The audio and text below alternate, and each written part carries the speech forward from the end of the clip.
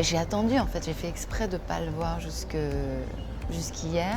Je sais que Béatrice me disait qu'elle avait plus une idée de ce que le film allait être et au moment du tournage, moi je ne me rendais pas compte. Puis j'aime bien ne pas savoir en fait, être un peu paumée. J'ai trouvé ça drôle, j'ai trouvé la dérision sur les acteurs et le métier, un tournage très marrant. Et après, le fait que ça bascule comme ça dans une épilepsie, c'était surprenant. Je pense qu'il veut vous faire souffrir autant que moi.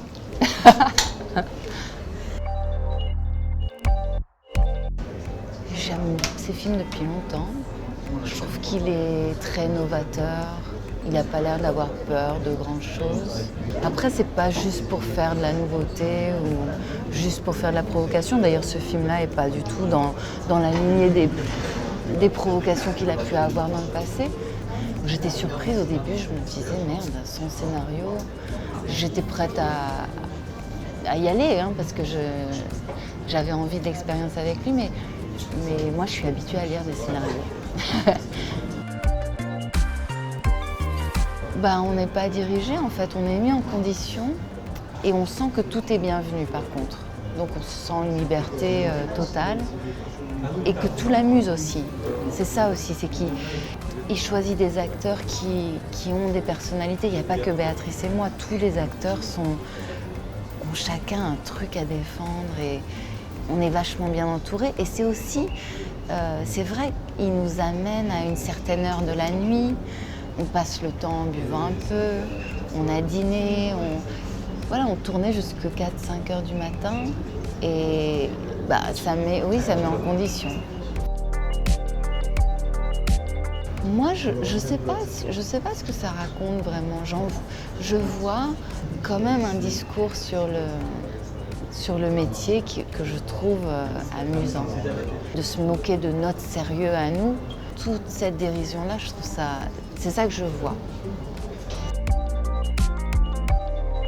Oui, j'ai des superstitions et je crois que j'en ai de plus en plus malheureusement. Oui, il change. Là, j'ai eu un bracelet fait par ma fille pour la fête des mères. J'ai reçu des leçons de cinéma par des metteurs en scène. Je pense que les expériences que j'ai eues avec Lars von Trier, il y a un avant et un après.